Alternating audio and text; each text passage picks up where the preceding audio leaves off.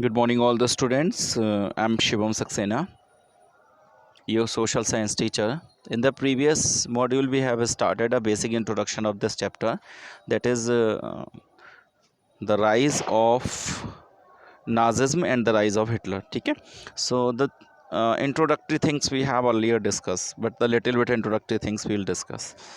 Today we will discuss about some other portion about the content. देखिए what exactly you learn in this chapter. That is, the first is reconstruction. The second is Nazi's worldview, then the racial utopia, youth in a Nazi Germany, Nazi cult of Nazi cut of motherhoods, the arts of propaganda, crimes against humanity, knowledge about the Holocaust.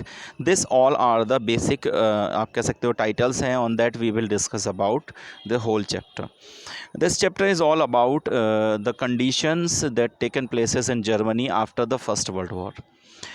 So we simply discuss about in this chapter that in the First World War there was no existence of the Nazi party and the Hitler.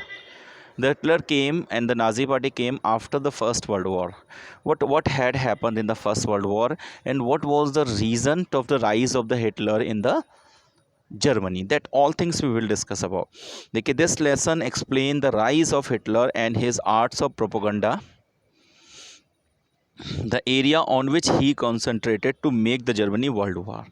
देखिए, the king of the Germany was thinking about that it should be become a world power. Right now you can see the king of or you can say the president, आप कह सकते हो China के जो वो हैं आपके prime minister या प्रेसिडेंट, वो इस बात की फोकस करते हैं कि उनको वर्ल्ड व्यू बनाना है अपना.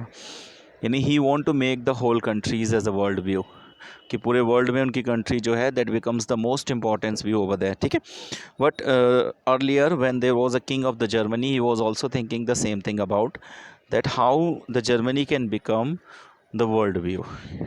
So the worth of the Weimar Republic we will discuss about. So first, the Germany has fought the First World War that has taken places in between of the 1914 and 1918, and sometime it has been said that the Germany was only the reason of the First World War, because the Germany start expanding their areas and they start developing the feeling of imperialism, and that imperialism feelings lead to the First World War. ठीक है, along with the Austria empires against the Allies. देखिए, during the First World War the whole world is divided into the two particular group. The one is Allies and the other is Axis. Germany was in the group of the Axis, and under that particular the different kinds of the country along with the Germany has fought with the Allies, where England, France and Russia was there, and the both has fought. And who won that First World War? That was Allies. After Allies fought won this First World War, what was the reason? We'll discuss later on. Okay, Germany initially made gains by occupying the France and Belgium. When the First World War, the Germany start gaining, and it has occupied the Belgium and the France. Allies won defeated Germany and center power of 1918. In 1918, when US has entered into the Allies become very much powerful, and then it has defeated to the Germany in 1918. ठीक है, तो will take a look over there the expansion of Nazi power. देखिए, the defeats of the imperial Germany gave imperial why it are carrying, because the German start developing the feeling of imperialism. Imperialism होता क्या exactly? देखिए, एक ऐसी feeling होती है जो सबको जोड़ती है, that is called nationalism feeling, कि हम सब एक साथ रहेंगे और एक जगह पे रहेंगे. इंपीरियलिज्म क्या होता है कि आप अपने जोग्राफिकल बॉर्डर को एक्सटेंड करने की फीलिंग को डेवलप कर रहे हो, that is called the feeling of imperialism. ठीक है, recast the policies. A national assembly met at the Weimar Republic and established a democratic constitution with the federal structure.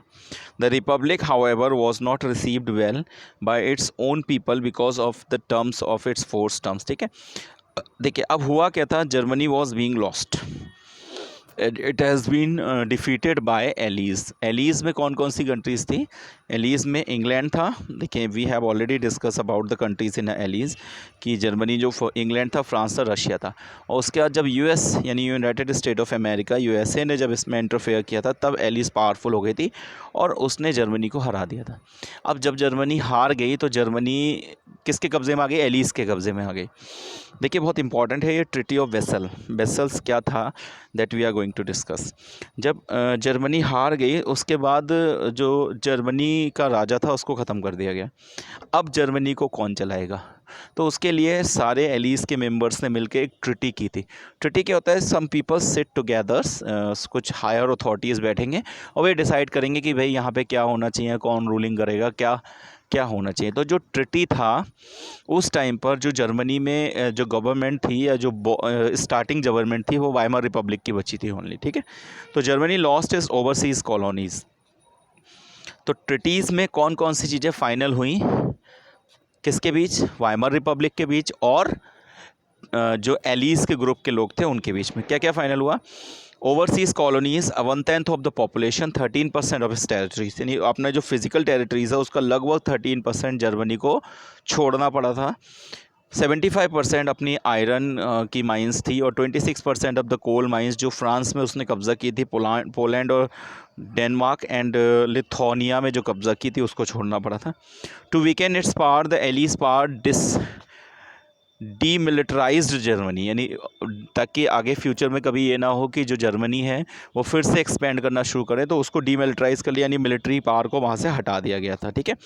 The war guilt clause force Germany to pay the compensation amount of the euro 6 billion pound.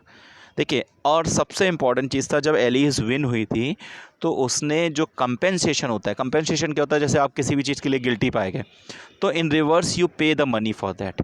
The whole compensation has been put on the Weimar Republic because this was only the party in the Germany में केवल एक ही party थी, वो थी Weimar Republic.